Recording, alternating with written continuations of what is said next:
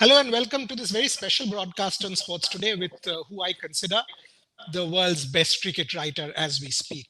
He's come earlier, but this time is a very special one because we are celebrating India's win in what has perhaps been the greatest cricket series in the history of Indian cricket. But before I get Gideon Haigh and Rajarshi Gupta into the show, here's what Irfan Pathan wants to speak to us about. Take a look. क्या आप भी किसी अपने सपने मेरे तुम्हारे team 11 पे team बना रहे हो और बच्चों के साथ खेल रहे हो? हमारे साथ खेलोगे? हाउस पे खेलो लेजेंड्स के साथ, हमें हराओ और जीतो double cash. Log on to houseit.com and win real cash. So there goes Irfan. Do please download the Houseit app and make your teams for all the competitions that are going on, including the Big Bash League and the Syed Mushtaq Ali Trophy. Now, Gideon Haigh and Rajarshi Gupta. Rajarshi and I will ask Gideon over the next half an hour. Gideon, first question from me before Rajarshi asks. Is this the toughest Indian cricket team to tour Australia that you have seen? It's certainly the deepest. I mean, India has always come to Australia with a collection of high-quality cricketers, but there was always a sense in Australia that if you could neutralise those outstanding players, then the rest probably didn't come up to the standard. But this team, it was like a hydra, wasn't it? You kept chopping off heads, and two other heads grew out. It was remarkable. I mean, I knew a bit about these players before they got here. I watched them in the IPL, and occasionally I watch a live stream of Grandie Trophy games, so you know a bit about them. But I think there's always been a lurking assumption in Australia that Australian conditions are so different and so unique in the world that other teams coming here basically take competing against 12 Australians. But here it was astonishing how quickly those players coming into the Indian team assimilated the local environment, and how disinclined they were to take a backward step against the Australians. The Australians are inclined to expect a bit of deference from their tourists, but they didn't get it this time. You know, Gideon, yesterday Hanuma Vihari was on my show. In fact, today we are premiering it at 2 p.m. and we spoke for about 40 odd minutes, which will entirely be broadcast today on Sports Today at 2 p.m. So do watch that. But he said to us something very significant. He said, my right hamstring was trembling and it was that bad. So I couldn't even stand. I was on painkillers. They give me an injection. But when the match ended and he was walking back, he said, I said to Ravi Ashwin, that Ash, I can still bat for another 2 hours if you want me to. We were in that zone. And he was like, all we were telling ourselves was, Ash, you take 6 balls, I'll take 6, because we have to take a break at the end of 6 balls because it's so intense. Can't sort of bear more than that. And that was sort of telling me what these guys must have gone through to achieve what they had. It was really great to hear. Your thoughts, I mean, that Sydney turnaround and that Brisbane win, did you actually think that India would be able to hold out in Sydney and chase down 330 in Brisbane? I mean, that's the secret, isn't it, of a long defensive partnership. In the abstract, in the totality, it always looks an incredibly daunting thing. So you just have to break it down into little increments, and overs do that naturally. I think it was beneficial that Vihari was an experienced first-class player who'd played a lot of long-form cricket. He was kind of ideally suited to that scenario. And Ashwin's just been a revelation this summer. He's so determined, so resilient, so up for the fight. I've always kind of known that about Ashwin, but he revealed aspects of himself that I hadn't hitherto fathomed. I think that a lot of this has got to come down to the leadership of this side. We often look at leadership as a fairly sort of abstract idea, or something that's confined to something that takes place only on the field. But clearly, the culture that I don't think Kohli can take a lot of credit for this. The culture that he's built and that has continued in his absence is something that Rahane has been able to build on. And this was a team that was. Australia tried all its old tricks on them, and none of them worked. And it was fantastic to see. This was a great mixture of innocence and experience that has kind of completely redefined, I think, the way in which the rest of the world regards Indian cricket. We've always been accustomed to the idea of India being extremely skillful country with an enormous home advantage that's very good at coming back in almost miraculous circumstances. But it has not been a team that has been renowned for being stoical and resistant. That's been a kind of an Australian prerogative. Well, India stole Australia's clothes in the summer. They played more like the way in which Australians like to imagine that their team played. Lovely. Rajeshi, your questions? Hidian, do you think in the coming years, the coming few, maybe the coming decade or thereabout, the perception of Indian cricket, like you rightly described, the perception of the Indian cricket team will also change among the Australian cricket team because they're an intimidating pace to tour or daunting cricketers, sledge fest. But do you think over the years there will be changes in tactics? There'll be there'll be word spread to the effect that do not sledge the Indians anymore. Do not try to intimidate them because they bounce back that much harder. Do you think the perception will also change among Australian cricketers? Well, one of the interesting things is that I think cultures are blending. The players interact so much these days. They know so much about one another that the idea of perhaps a single defined set of values being associated with a single cricket team is something that maybe is breaking down as players overlap and players learn from each other. It was very interesting to watch on the penultimate evening that while the rain was falling in the areas in the shared area, the viewing position at the Gabba, the team sitting alongside one another. And actually, there being quite a bit of interchange between the two of them. David Warner had this very, very long conversation with Riddiman Saha and some members of the Indian coaching staff. The players know each other incredibly well. And that has helped make Indian players more worldly in their travels abroad. They know that these players are flesh and blood. They know that they're mortal. They know that they can be cut from the size. And I think the other thing that we mentioned the other day, Buria, when I came on a few weeks ago, is that teams recover much better now than they used to. Yeah. They play this brand of very explosive, very bristle cricket where teams can get smashed and blown off the park, but they will bounce back. They're very good at putting a line underneath the previous performance and treating tomorrow as another day. And that was something this Indian team was very, very expert at doing. Rajeshi, yesterday Gideon wrote a piece. I mean, Bishan Bedi retweeted it.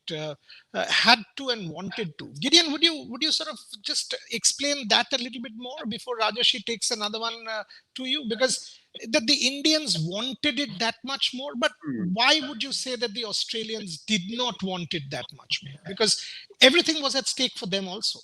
Well, the Australians had an eye on the World Test Championship here. In a way, securing their ramparts against defeat was pretty important to them. They had to go for a win because they needed to win the series 2-1 in order to recapture the trophy. But it was very interesting to watch that fourth day. I thought there was a day where not much seemed to be happening, but a lot was at the same time. We're very accustomed in Australia to Australia batting in the third innings and setting a victory target and waiting for the time to declare, and it being kind of one-way traffic. I've seen it so many times in past Australian Test matches.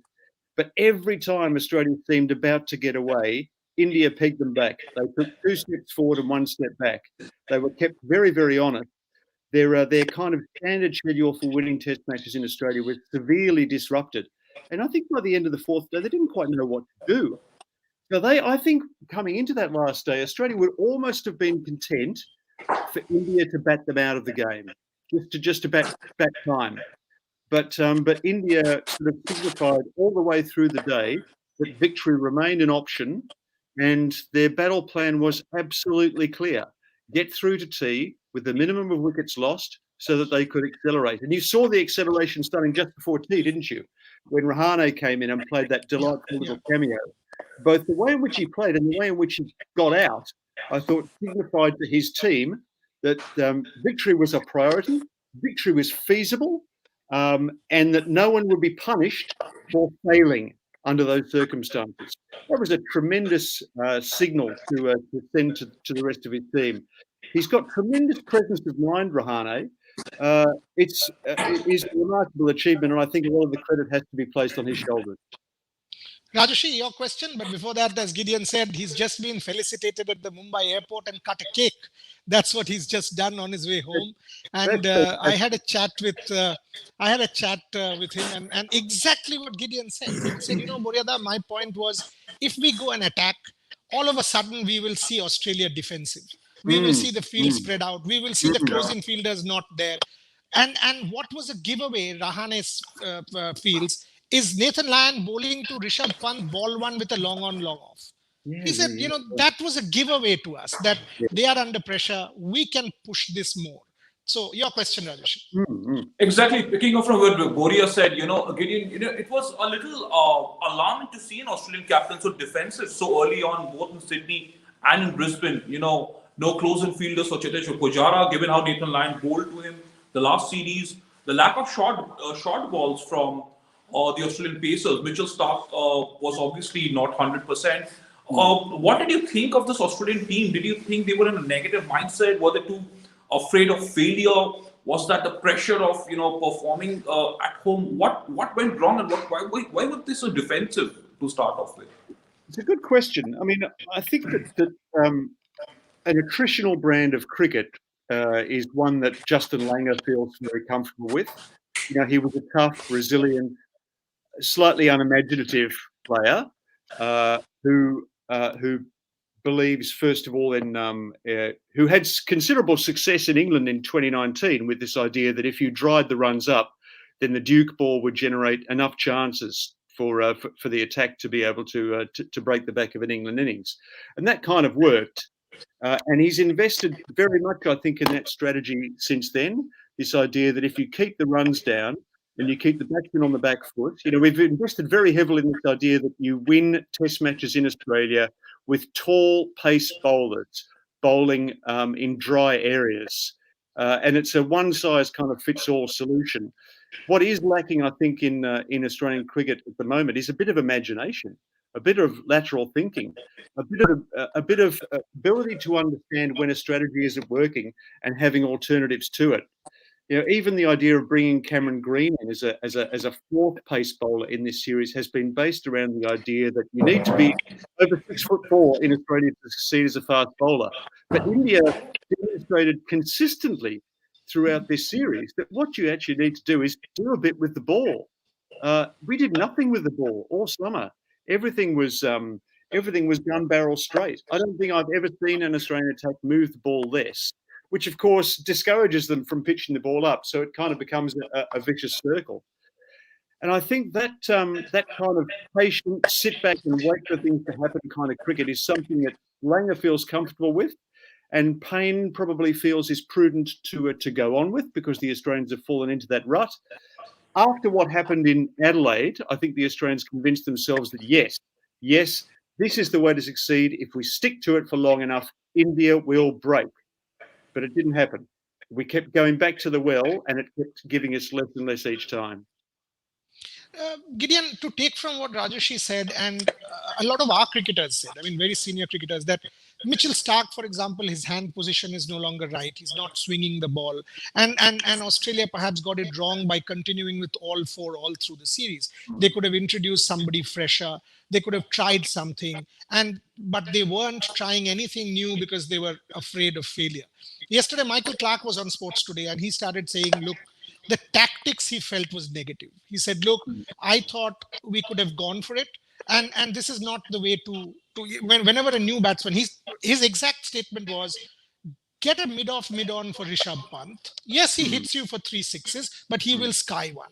Yes. If you don't try that, how will you win? If you don't try these, and in Australian cricket, that is something he thought was missing. Your take on that? And secondly, where does Australia go from here? Do you now look beyond Mitch Starc and get someone like a Jai Richardson in? Or what is the way forward for the South African series? Yeah, well, I think we've become a bit predictable, a bit monotonous. We've got a kind of a model for winning Test matches in Australia, which other teams are used to. We've been doing it for a long period.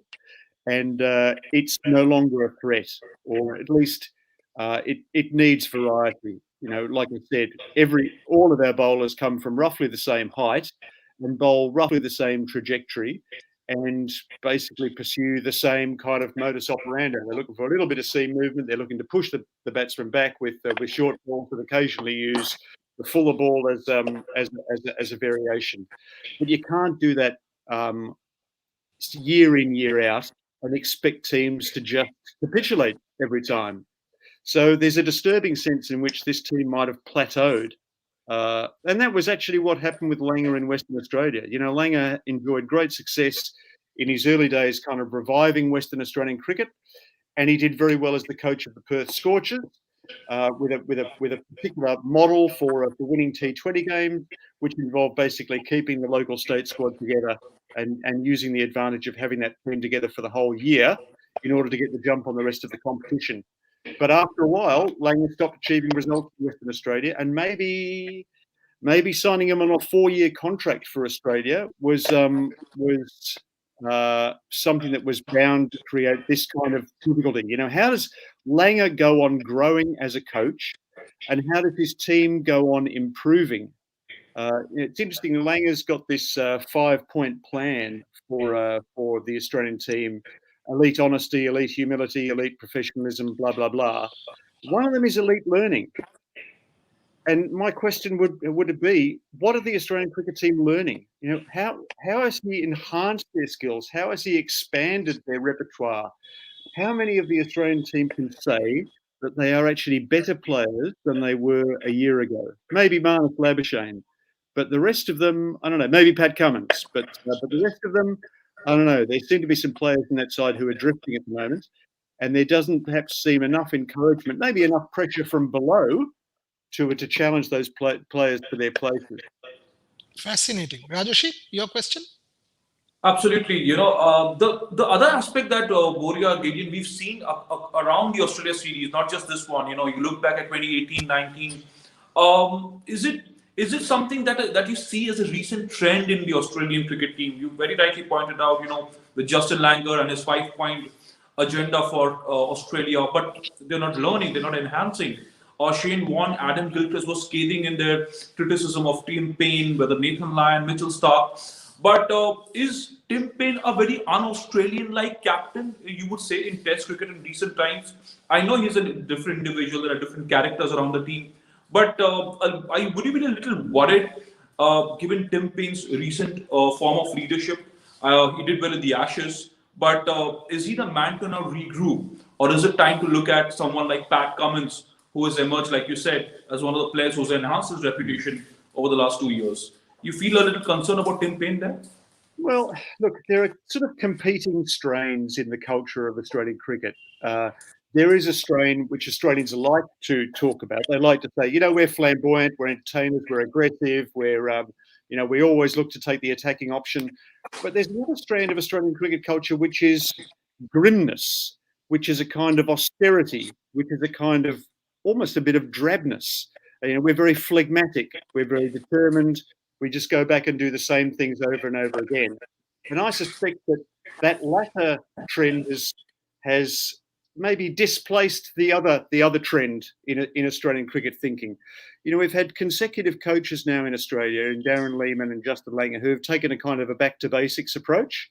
We're here to remind you of these old-fashioned ideals about never giving a chip of a bail, fighting everything tooth and nail. Maybe we've lost a bit of a sense of fun and adventure in Australian cricket. Maybe our professionalism has become too sort of Gradgrindian, and we're not taking enough chances. Maybe we've fallen back on our comfort zone a little bit, and that we think if we simply achieve basic professional outcomes, then that will be sufficient.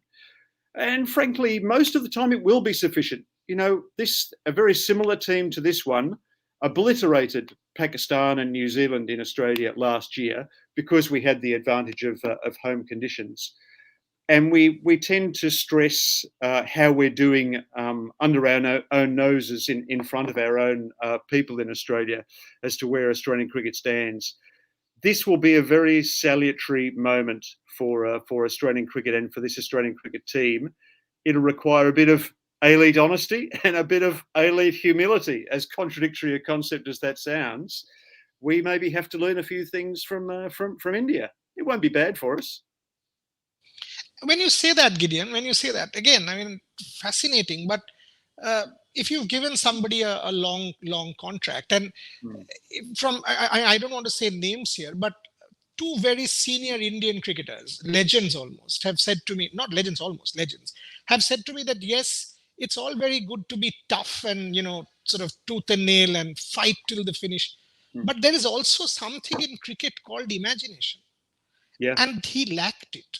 And that's exactly what I was told. For example, I was told that if it was Justin Langer, he would be happy with a draw because it was Rishabh Pant, he went for a win. And that was the difference between India and Australia. So will there be changes? Okay, 1 week, 10 days down, people will come to terms with it and say, okay, this was an aberration again. South Africa coming, World Test Championship still in the still possible if we win that 2-0 or whatever it is. So people will move on from here. Are you seeing any change? So will Travis Head now give way? Will Marcus Harris, people who have been around the system for a few years but have not done great, will there be changes? Will new blood be brought in? What will happen to Australian cricket? Well, what will happen to Australian cricket? Well, I wish I knew the answer to that. Look, I mean, one thing is you have to cut your coat according to your cloth. I don't think the Australian first class scene is particularly strong today. I don't think there are any outstanding candidates out there in the Sheffield Shield who have made an overwhelming case for recognition. It's all very well to say that we should captain like we have Rishabh Pant in our team. We don't have him. He's yours and he's terrific, but we don't have an equivalent. We don't have a counterpart. What we do have a strength in fast bowling. We do have a bit of depth in Australian fast bowling. Maybe not as much as we like to think that we do, but we do have that, and we have created a system that or an MO of winning games that is basically about fast bowling and restrictive spin. Nathan Lyon playing that part. We don't have an awful lot of spin bowlers in Australia, but Nathan Lyon has managed to tide us over for the last 10 years or so to keep us from contemplating that too closely. You do begin to wonder now what would happen if certain key players left this Australian team. If you did not have Warner, if you did not have Lyon, if you did not have Cummins, because, I mean, frankly, we're sort of lucky to have Cummins in a way. He's spent an awful lot of the first half of his career injured. It's a miracle that he's been able to come back and string together so many consecutive games. We are 3 or 4 absences away from being a very, very ordinary cricket team, whereas it's very clear that India is the very opposite. Now, we've seen the depth of the Indian team this summer, and it's awe-inspiring. I mean, I got a hint of this a couple of years ago when Mayank Agarwal came out to Australia, straight from Indian domestic cricket, walked into a Boxing Day Test match, and just looked like he was ready for Test cricket. It was amazing, an amazing performance. I still go back to that thinking, my God, this guy is so good. They are preparing players so well in India that they can just walk into the crucible of a Boxing Day Test and excel. And so we got evidence about 5 or 6 players like that in the India lineup this summer. So the hints were there, but now they've been absolutely confirmed. And it's perhaps what's going to be said about Indian cricket in years to come is what we used to say about Australian cricket in the 90s. We had this idea in Australian cricket in the 90s that you could pick 2 or 3 Australian teams and they were the best 3 teams in the world. Well, maybe that's true of Indian cricket now, that you could pick 3 Indian teams and they'd have the beating of everyone. Look, it's been a fantastic summer. I think we can get overwhelmed by the idea of this being kind of momentous and paradigm shattering. We've just had a great summer of cricket. It's just been so enjoyable. And after the bloody awful year that we had last year, I think Australian cricket fans have enjoyed this summer every bit as much as Indian fans. Well, perhaps not quite as much, but they've got an awful lot out of seeing cricket played well, long-form cricket being played well, and the right team winning. I certainly feel that way. I would have been disappointed if India hadn't got over the line, having done things all the right way through summer. Maybe they played a bit of rope-a-dope with us in Adelaide by getting bowled out for 36 and deluded us into thinking it was going to be easy. But it was a brilliant strategy, and it's worked out very finely indeed. Lovely. Last 5 minutes of the show, so Rajesh, you fire away. But what Gideon said, this is a fun-loving team. I asked them, what did you all do? What did you all do to celebrate? So a couple of boys tell me, we played Punjabi music and played table tennis till 2 a.m. in the morning. I said, what? This is like, yeah, we played table tennis and listened to Punjabi music. And this is a weird team. Like Hanuma Vihari said yesterday that apparently he went and told Ravi Ashwin that they are bouncing you. Just try and bend a little bit more because then the ball will go over your head. And Ashwin told him, oh, you know what? I can't bend because the moment I bend, my back spasms will mean I can't stand up. And they started laughing in the middle of the pitch. That's incredible that you are actually saving a test match and you're having fun out there. Rajesh, your final question before I ask one more and close the show. Gideon, with the World Test, I know, the World Test Championship final yet to be played. There is a dogfight going on for the top three. The ICC World Test rankings changed again. But given the way international cricket has shaped over the last 3 or 4 years, with teams struggling to win overseas, teams like England, New Zealand, Australia doing well at home. Same with India, though. But given the last 2 series in Australia, and given the fact that the India-Australia rivalry is the most intense in world cricket, would you go so far as to say that this Indian team is indeed the best cricket team in the world because they've gone and defeated Australia back-to-back series at home? Does that is there a... Well, one of the things is that you've got a long-term ascendancy. It's not just this summer. I think you have to look back over the last 20 years and see that India has a consistent plus record against Australia wherever it's played. I think since the Kolkata Test match of 2001, which you'll both remember well, I think it's 19-14 in India's favour, and they've won the last 3 series, and they've been, I think, significantly each time the better team. This is a long-term trend. This isn't something that's sort of simply happened overnight. What is transformational is the nature of the Indian victory this summer. This capacity for this extraordinary feat of winning a test series with 20 players, only 2 of which played in all 4 test matches. That in other circumstances, that would be extraordinarily disruptive. But in fact, I think it probably played to India's advantage this summer by consistently putting new players into the field, fresh legs, fresh minds, and posing fresh challenges to the Australians. It actually kind of confounded the Australians. They just simply did not know in the end how to play against this team. So they fell back on very familiar devices, which the Indians were capable of surmounting. Gideon, my final one. I mean, even after this, if you see, Steve Smith and Manas Labuschagne, 2 highest run scorers. Pat Cummins, Josh Hazelwood, 2 highest wicket takers. Not Indians, but India won the series. So this highlights team effort versus individual effort. Is that the difference? Oh, for sure. I draw your attention to a photo which I saw today, which is the team photo of the Indian squad post the Test match in Brisbane. It's a lovely team. It's a lovely photo. It's the team surrounded by its support staff, and there's probably about 40 members all told. I mean, that's indicative of the fact that it's been played under these COVID-safe conditions where you're incapable of bringing a player in from outside the biosecure bubble. But I think it tells you quite a lot about the ethos of this team. If you look closely, you'll see all the young players are at the centre of the photo. I think it's Rishabh and Navdeep Saini and Mayank Agarwal are around the Border Gavaskar Trophy. Ajinkya Rahane stands to one side. He squats to one side. He's got he doesn't have the same kind of high wattage smile as everybody else. You wouldn't necessarily pick him as captain. He looks as though maybe you'd tell it from the weathering of his cap, but he looks quite excited, but still perfectly calm under the circumstances. The senior players are at the back. There's Rohit Sharma and Ravi Ashwin and whoever else it was up the back, and Ravi Shastri up the back. If you contrast it to the photos that were taken of the team after the 2019 Test match in Sydney, Kohli is at the centre of every single photo, And in most of them, he's got a sort of a proprietorial hand on the Border Gavaskar Trophy. That's the standard usually, isn't it? The leader is associated with the triumph. This has been a team effort, and a team effort which has accented youth and even a degree of innocence and certainly a degree of inclusiveness about this side. It is a completely new paradigm of Indian triumph.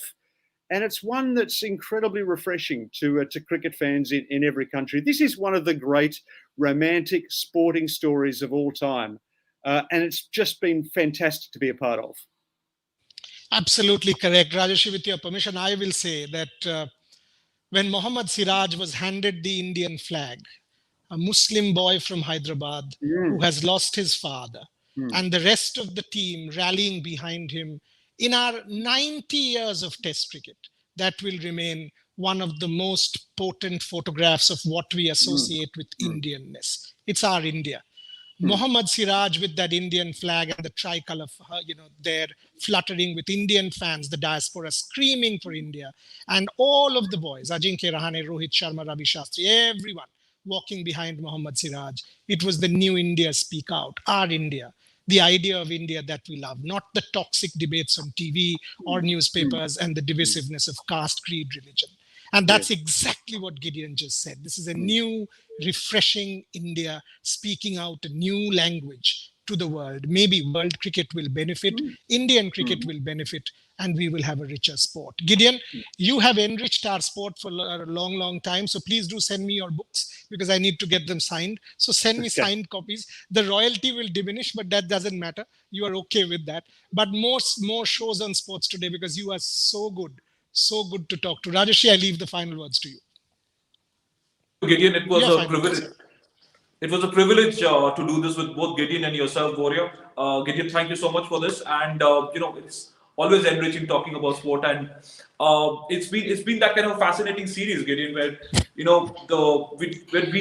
when a lot of people had lost hope. It was that kind of a year, COVID, and for this team to spring back from what they did from what happened in Adelaide, surely got to be the highlight of what should be a happier year, Gideon. I hope so. I really hope so, Rajesh. Fingers crossed, Gideon. Sooner than later, we'll be able to meet physically. Yeah, Fingers crossed. Maybe, Lords, if your team beats South Africa, July 12th will be our meeting point if you do travel. Okay, well, I'm not optimistic now. I've got to say, I've got to beat South Africa 2-0, and they're tough. Look, it'll be good for us. It's never bad to get a cricket lesson, and particularly when the other team plays good cricket. Cricket as outstanding as India. I mean, if you can't take satisfaction from this series, then you're not really a cricket lover. Wow, that's Gideon Haigh for you. As I said, I've tweeted just now, my favorite cricket writer of all time. Thank you, Gideon. Once again, thank you very much. Cheers for you. Bye.